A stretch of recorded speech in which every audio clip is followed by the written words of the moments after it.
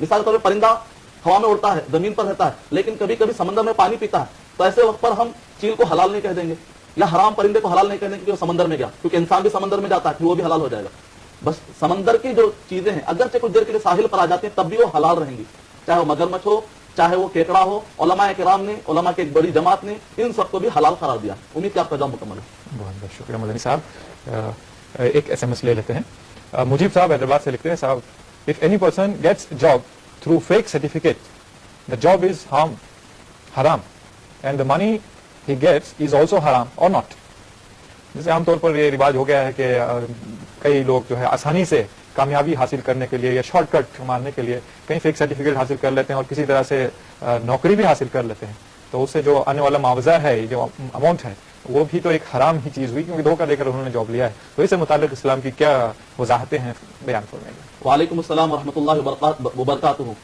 سورہ مائدہ سورہ نمبر 5 آیت نمبر 1, یا ایھا الذین آمنوا اوفوا بالعقود, اے وہ لوگوں جو ایمان لائے ہو عہد و پیمان کو پورا کرو. سورہ بنی اسرائیل سورہ 17 آیت نمبر 34, واوفوا بالعہد ان العہد کان مسئولا, وعدوں کو پورا کرو کیونکہ وعدے پوچھے جائیں گے, وعدہ خرچ کے برابر ہے. تو اس کی روشنی میں جو کوئی بھی اصول طے ہو جاتے ہیں, ہم کو چاہیے چاہے ہم مسلم ملک میں ہو چاہے غیر مسلم ملک میں ہو, جو اصول قوانین بن جاتے ہیں ان کی پابندی کرے. تو اس کی روشنی میں فیک سرٹیفکیٹ, یعنی ایک آدمی وہ پڑھا نہیں ہے لیکن اس کی سرٹیفکیٹ نکال لیتا ہے, ڈگری کیا نہیں لیکن ڈگری کی سرٹیفکیٹ ڈگری نکال لیتا ہے, تو ایسے وقت پر یہ جائز نہیں ہے, اور اس پر جو بھی ارننگ آئے گی وہ سب کی سب حرام ہوگی. اور اگر کسی نے شروعات کر دی ہے تو توبہ کر لینی چاہیے. توبہ کرنے کے بعد اب اگر وہ شروع کرتا ہے یہاں سے معلوم ہو جانے کے بعد تو اللہ سبحانہ وتعالیٰ اس کو معاف فرمائے. آمین. لائن پر ایک کالر ہے, بات کرتے ہیں. ہیلو. ہلو السلام علیکم. جی وعلیکم ہلو السلام علیکم. وعلیکم السلام ورحمۃ. جی فرمائیے. میں سعودی عرب ریاض سے ذاکر بات کر رہا ہوں. ریاض سے ذاکر صاحب بول رہے ہیں, سعودی عرب سے. جی سوال, آپ کا سوال ریاض صاحب. یہاں پہ جو ہے نا سعودی عرب میں, یہاں پہ علماء کرام نے جی حقہ پینا حرام قرار دیا گیا. جی جی. یہ کہاں تک صحیح ہے, اور میں یہی کام کرتا ہوں بنانے کے لیے, کیا یہ کام میرے لیے جائز ہے؟ حقے بناتے ہیں آپ؟ جی. اچھا جی, پیتے نہیں ہیں, بناتے ہیں. جی جی ٹھیک ہے. آپ کے سوال, یہ کفالت میں رہنے کے بعد کرنا ہی پڑتا ہے. نہیں, یقیناً آدمی کی بہت ساری مجبوریاں ہیں, بہت سارے کام ہیں جو کرنے پڑتے ہیں. آپ کے سوال کا جواب یقیناً مدنی صاحب دیں گے. شکریہ, آپ نے سعودی عرب سے ہمیں کال کیا. مدنی صاحب, حقہ پینا سعودی گورنمنٹ نے اس کو حرام قرار دیا, اور جناب ریاض صاحب, ذاکر صاحب جو بات کر رہے تھے وہ حقے بناتے ہیں, تو کیا بنانا اور اس سے آمدنی حاصل کرنا اور یہ چیزیں سب حرام میں شامل ہوں گی؟ وعلیکم السلام ورحمۃ اللہ وبرکاتہ. سب سے پہلے تو یہ کہ اگر اس کے اندر نشہ والی چیزیں ڈالی جا رہی ہیں, سورہ مائدہ نمبر 5 آیت نمبر 90 اور 91, نشہ والی چیزیں حرام ہیں. اور اگر کوئی کہتا ہے کہ نہیں صرف میں دھواں لے رہا ہوں اس میں نشہ نہیں آتا, دھواں بھی انسان کے پیٹ میں جانے سے نقصان ہوتا ہے, اور نقصان والی چیزوں سے نبی اکرم صلی اللہ علیہ وسلم نے منع فرمایا, ولا تقتلوا انفسکم, تم اپنے آپ کو خودکشی کے راہ میں مت ڈالو. تو اس کی روشنی میں طبی نقطہ نظر سے, شرعی نقطہ نظر سے بھی برابر رکایا جائے گا. جو چیز حرام ہو یا جو چیز نقصان دہ ہو اس میں مدد کرنا بھی اسلام اس کی اجازت نہیں دیتا. سورہ مائدہ نمبر 5 آیت نمبر 2, ولا تعاونوا علی البر والتقوى ولا تعاونوا علی الاثم والعدوان, گناہ کے کاموں میں مدد مت کرو. تو امید کہ آپ کا جواب مکمل ہوا. آپ سعودی فتویٰ بھی سامنے رکھیے, اور میں نے جو حوالے آپ کو دیے ہیں اس کو بھی سامنے رکھیے. اور ایک پیاری حدیث سناتا ہوں, ہر وہ آدمی جو جاب شریعت سے ٹکرانے کی بنیاد پر بدلنا چاہتا ہے تو یہاں پر شیطان ایک اثر ڈالتا ہے کہ میرا فیوچر کیا ہوگا. پیاری حدیث سناتا ہوں ان سب کے لیے تاکہ ان کو ہمت ملے اور حلال کمائی اور حلال راستے پر چلنے کی ان کو طاقت آئے. نبی اکرم صلی اللہ علیہ وسلم نے فرمایا, من ترک للہ شیئا عوضہ اللہ, اللہ سبحانہ وتعالیٰ اگر کوئی بندہ اللہ کے خاطر کوئی چیز کو چھوڑ دیتا ہے, اللہ کا وعدہ ہے کہ اللہ سبحانہ وتعالیٰ اس کو ڈبل دیں گے, اس کے مال میں برکت دیں گے, وہ جتنا کمائے گا اس سے زیادہ ہی اللہ. اور ایک تابعی نے بڑی پیاری بات کہی, اللہ نے انسان کا رزق مقرر کر دیا, مثال طور پہ 2 لاکھ کمائے گا مثال, اب بندہ جلد بازی کرتا ہے 1 لاکھ حرام سے لیتا ہے 1 لاکھ حلال سے لیتا ہے, اگر وہ انتظار کرے گا تو اس کو 2 لاکھ پورے حلال سے ملیں گے. تو اس وجہ سے کوئی شے کرے کہ حلال راستہ اپنائیں, اور جو لوگ اللہ سے ڈریں گے برابر اللہ سبحانہ ان کے لیے آسانیاں فرمائے گا انشاءاللہ. اس سوال سے متعلق اور بھی سوالات ابھر اٹھے ہیں. حقے کا چلن تو بہت پرانا ہو گیا ہے, اور بہت ہی کم ممالک میں بہت ہی شاذ و نادر ہی کہیں دکھائی دیتا ہے حقہ, اور یہ بڑے شوق ہیں. عام طور پر احباب سگریٹ نوشی کرتے ہیں, تمباکو نوشی کرتے ہیں, زردہ کھاتے ہیں, ناس استعمال کرتے ہیں, اور ایسی بہت ساری جو چیزیں ہیں جو تمباکو سے بنتی ہیں. تو ان سے متعلق بھی تھوڑی وضاحتیں فرما دیں.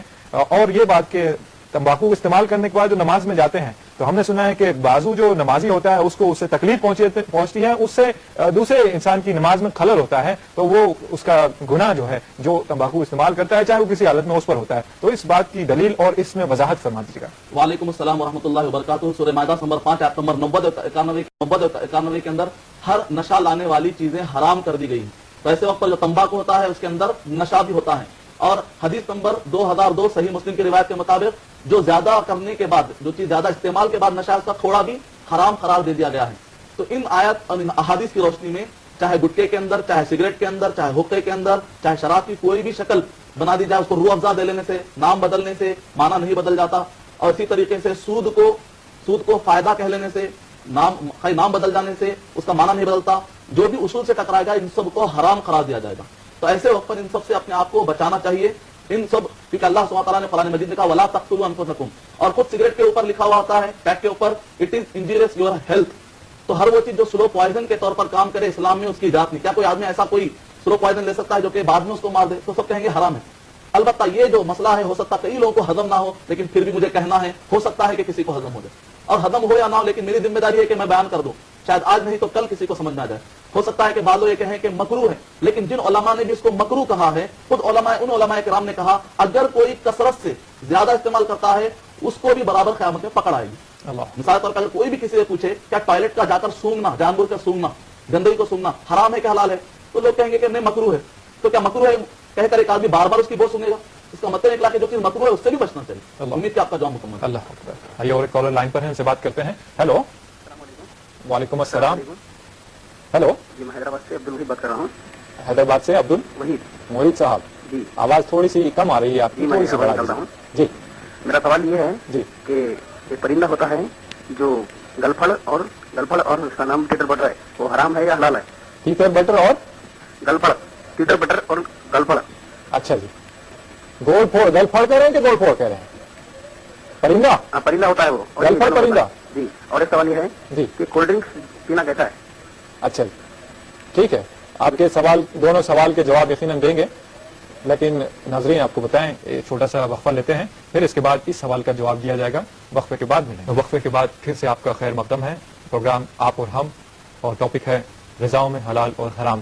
اس سے متعلق ہم بات کر رہے ہیں، لیکن سب سے پہلے جو ہم نے کال لیا تھا اس سے متعلق جواب دیں گے، پھر ایک ایس ایم ایس بھی لے لیتے ہیں. مدنی صاحب جو بھائی صاحب نے سوال کیا تھا اس سے پہلے، جو تیتر بٹر ہیں اور گل پھڑ، انہوں نے کچھ کہا کوئی پرندہ ہے، پتہ نہیں کیا پرندہ ہے وہ، اس سے متعلق وضاحت فرمائیں. وعلیکم السلام ورحمۃ اللہ وبرکاتہ. دنیا کے مختلف جگہوں پر مختلف پرندے پائے جاتے ہیں اور مختلف نام پائے جاتے ہیں، تیلگو میں، تمل میں، اردو میں، فارسی میں. تو ایسے وقت پر ناموں کو دیکھنے کے بجائے اور ناموں کی بنیاد پر شک میں پڑھنے کے بجائے جو اصول ہے آپ اس کے بارے میں معلومات کر لیجئے. میں کوئی شکاری نہیں ہوں کہ آپ کو ڈیٹیل میں بتاؤں، البتہ جو اس کے بارے میں جانتے ہیں آپ برابر ان سے پوچھ سکتے ہیں. قرآن مجید میں اللہ سبحانہ تعالیٰ نے اسلام کی بڑی خوبی ہے کہ جو جس ڈپارٹمنٹ میں اس سے ہمارا کوارڈینیشن ہونا چاہیے. ڈاکٹر سے میرا کوارڈینیشن ہونا چاہیے، ایک اچھے اکانومسٹ سے میرے تعلقات ہونے چاہیے. ان سب کا کوارڈینیشن ہوگا تو صحیح طور پر ہم سب کی صلاحیتوں کا استعمال کرتے ہوئے اسلام کو ہم پیش کر سکتے ہیں. اس شرعی مسئلے کو جو اصول کی شکل میں آپ کو دوں گا کہ ہر وہ پرندہ کہ جس کے پاس پنجہ پایا جاتا ہو، صرف پایا جانا نہیں چاہیے، وہ پنجے کو استعمال کرتا ہو اور اس کی بنیاد پر حملہ کرتا ہو، یہ ساری چیزیں اہم، اور چیر پھاڑتا ہو اور کھاتا بھی ہو، ایسے پرندے کو کھانا جائز نہیں ہے. یا ایسا پرندہ جو گندگی کھاتا ہو، اس کی غذا پوری گندگی ہو، تو ایسے اگرچہ کہ وہ حملہ نہ کرتا گندگی کھاتا ہو تب بھی وہ جائز نہیں ہے. تو آپ جو بھی پرندے ہیں اس میں آپ دیکھ لیجئے، اگر یہ صفت پائی جا رہی ہے تب تو آپ وہ نہیں کھا سکتے. اگر یہ صفت پائی جا رہی ہے تب تو آپ نہیں کھا سکتے، اور اگر نہیں پائی جا رہی ہے آپ کھا سکتے ہیں. سورہ اعراف نمبر 7 آیت نمبر 157، اللہ نے ہر خبیث چیز کو حرام کر دیا اور اللہ نے ہر طیب پاک چیزوں کو حلال کر دیا. امید کہ آپ کا جواب مکمل ہے. سبحان اللہ سبحان اللہ. آئیے ایک ایس ایم ایس لیتے ہیں. ممتاز صاحب نے کولکتہ سے لکھا ہے، اٹ از حلال to invest in shares, what about the interest involved in these companies? وعلیکم السلام ورحمۃ اللہ وبرکاتہ. آج کل شیئرز کے بارے میں کافی اہم مسائل کھڑے ہوئے ہیں.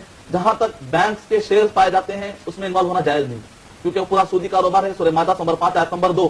اور اسی طریقے سے جہاں تک بانڈز کا مسئلہ ہے، جو کمپنی شیئرز کی شکل میں، بانڈز کی شکل میں جاری کرتی ہے، یعنی کہ مطلب ہے کہ آپ کمپنی کو قرضہ دیتے ہیں، پلٹا کر وہ آپ کو زائد پیسہ دیتے ہیں. قرضے پر زائد پیسہ لینا سود ہے. سورہ بقرہ سورہ نمبر 2 آیت نمبر 275 سے لے کر 280 تک، سورہ روم سورہ نمبر 30 آیت نمبر 39، سورہ آل عمران نمبر 3 آیت نمبر 130، سورہ نساء نمبر 4 آیت نمبر 160 اور 161. اور جہاں تک شیئرز کا مسئلہ، جو کمپنیاں سافٹ ویئر، ہارڈ ویئر یا انجینئرنگ پروڈکٹ تیار کرنے والی جو کمپنیاں یا ایسی کمپنیاں جو جاری کرتی ہیں، شیئرز کے بارے میں جنرل باتیں بتاتا ہوں، اسپیسیفک آپ پھر رجوع کر سکتے ہیں ڈیٹیل میں. البتہ جنرل اصول، اگر یہ اصول سے کانٹرڈکٹ ہوتا ہے شیئر تب تو وہ جائز نہیں. کوئی بھی اگر ٹکرا، یہ 5 اصول مکمل ہونا ضروری ہے. سب سے پہلے کہ جہاں کہیں بھی آپ انوالو ہوتے ہیں وہ کمپنی کا پروڈکٹ حرام نہیں ہونا چاہیے. اور دوسرا یہ ہے کہ جہاں کہیں بھی آپ انوالو ہوتے ہیں